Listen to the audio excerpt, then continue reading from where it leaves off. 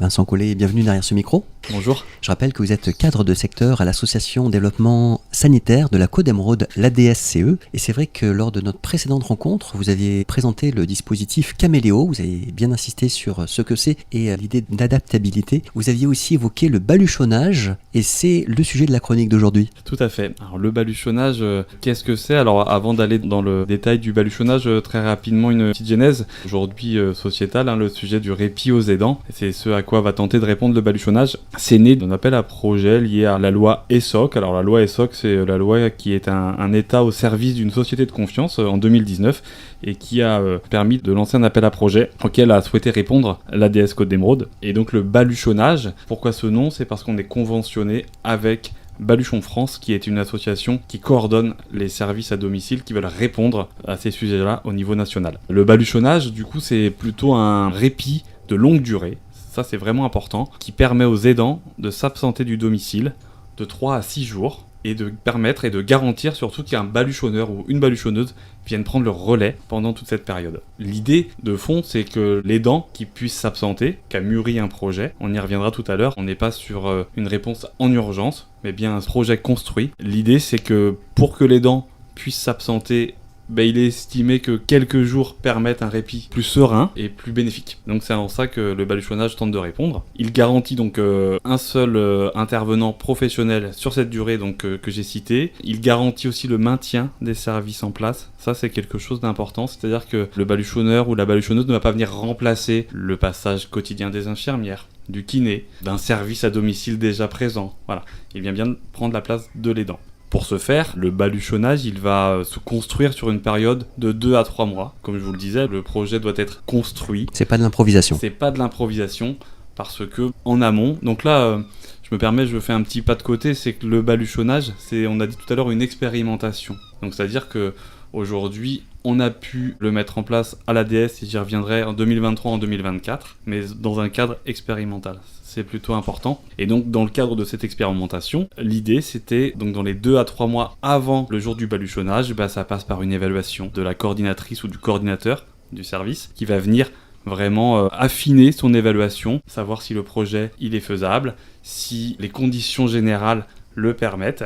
Lors de cette évaluation, il n'y a pas de réponse apportée à l'aidant parce qu'on a toujours cette notion d'éviter l'ascenseur émotionnel en vous disant on sait que vous êtes fatigué et en faisant la démarche de venir, on peut imaginer que l'aidant va se dire ça y est, j'ai une solution. Donc souvent on prévient en disant on vient juste évaluer et derrière on vous apportera une réponse. Pourquoi ça ? Parce que au retour de cette évaluation, la démarche de solliciter la baluchonneuse, elle est volontaire. C'est-à-dire qu'on fait retour à la baluchonneuse à laquelle on peut penser et qui va, elle, se positionner déjà soit parce qu'elle est OK, elle se sent à l'aise avec la situation, et puis est-ce qu'elle est disponible sur la date choisie par l'aidant et l'aidé. Donc il y a de la communication là-dedans. Il y a de la communication un peu en amont avant de se positionner. C'est vraiment important. Et il est bien aussi dit à la baluchonneuse que lorsque vous dites oui, c'est un engagement et que ça a vraiment une valeur importante pour le binôme aidant-aidé. Donc c'est pour ça qu'on dit que ça met 2-3 mois, en tout cas que la demande elle est à faire 2-3 mois avant la date du projet. Puis voilà, après ce petit trimestre, il nous laisse le temps de l'organiser aussi, de présenter la baluchonneuse au binôme aidant-aidé, de construire une planification qui va être assez précise, assez technique, parce que, vous le comprenez, aller chez quelqu'un 5 jours, 24 heures sur 24, c'est aussi déroger au code du travail que l'on peut connaître, c'est aussi s'assurer que les détails du quotidien sont bien identifiés par la baluchonneuse. Donc on va aussi aller présenter la baluchonneuse au domicile. Voilà. Donc il y a comme ça différentes étapes qui sont importantes dans la chronologie pour assurer et garantir finalement un répit serein. Il y a de la rigueur dans tout ça. Exactement, et vous faites bien de le dire Jean-Christophe, parce que je trouve que pour le coup, rigueur et exigence, des fois égale qualité. Et s'il y a qualité, il y a sérénité pour l'aidant. Et aujourd'hui, toute forme de répit est importante. Dans le cadre de notre activité principale, le SAD, on en fait tous les jours. Quand on va 2 heures dans un domicile, on peut permettre à l'aidant de partir. Mais là, le baluchonnage, il permet vraiment de profiter de vacances, entre guillemets. Il faut s'autoriser à se le dire. Et ce n'est pas un luxe. Et ce n'est pas un luxe quand on est aidant. Aidant, ça peut être un parent, ça peut être un conjoint, ça peut être un enfant, un aidant. Aujourd'hui, il y a quand même différents degrés et je pense que cette fatigue-là, elle est vraiment à prendre en compte dans le quotidien, à la fois dans notre quotidien professionnel, mais au regard de la société. Vincent Collet, l'enjeu dans tout ça, c'est assurer la pérennité avec qualité des services rendus, en fait, oui, de la DCE. Tout à fait. exactement. C'est le maintenir.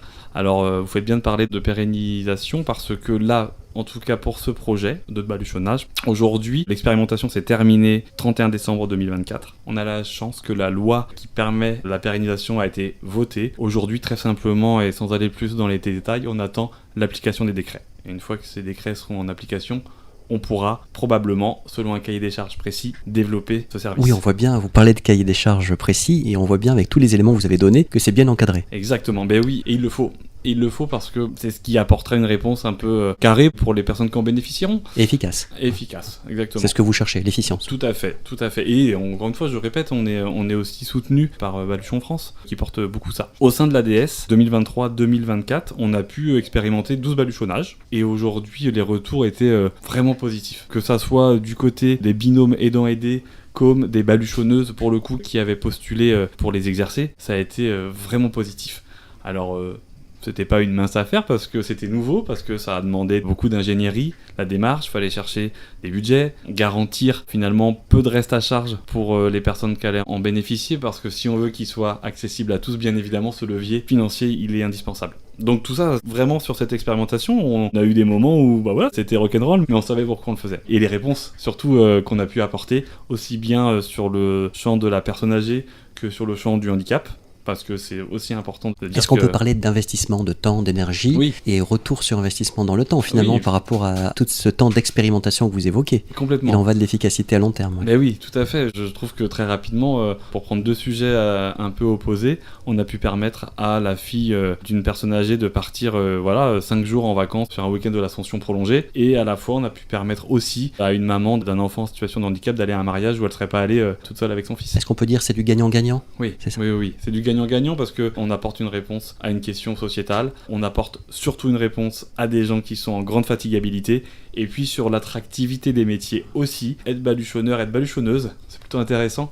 Et ça, c'est chouette. Je tiens juste à dire quand même que les baluchonneuses, au-delà des travailleurs et des travailleuses médico-sociales, ont pu aussi bénéficier d'une formation avec Baluchon France, qui vient aussi construire et participer au projet. On peut dire que c'est une caution. Oui, tout à fait. D'assurance, de sécurité, oui, parce que de sérieux. De sérieux, et puis c'est quand même, sans trop extrapoler, le baluchonnage, ça vient avant tout du Québec, et qu'on sait très bien que de ce côté de l'Atlantique, il y a une grande attention à toutes ces valeurs-là, et donc Baluchon France s'en est inspiré, et dans ses formations qu'il propose, il y a quand même un grand axe porté sur la manière dont on communique aussi avec le binôme aidant-aidé. Ça, c'est important. C'est pas de la formation technicienne, c'est finalement comment je suis avec l'autre sans être dans une position un peu dominant-dominé, juste avec l'autre. Si bien que des fois, ça peut arriver à la professionnelle d'apporter en tout cas des propositions, des pistes à l'aidant lorsqu'il y a retour après le répit. Ça va être comment je propose ces pistes, parce qu'on peut très bien dire faites comme ci, faites comme ça, c'est pas forcément bien vécu, encore plus quand on est irrité par la fatigue. C'est un accompagnement précis en fait. Exactement. Et du coup, ça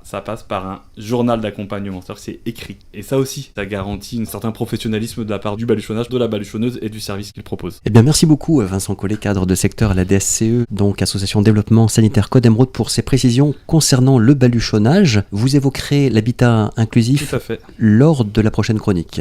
Merci beaucoup. À très bientôt. Merci, au revoir.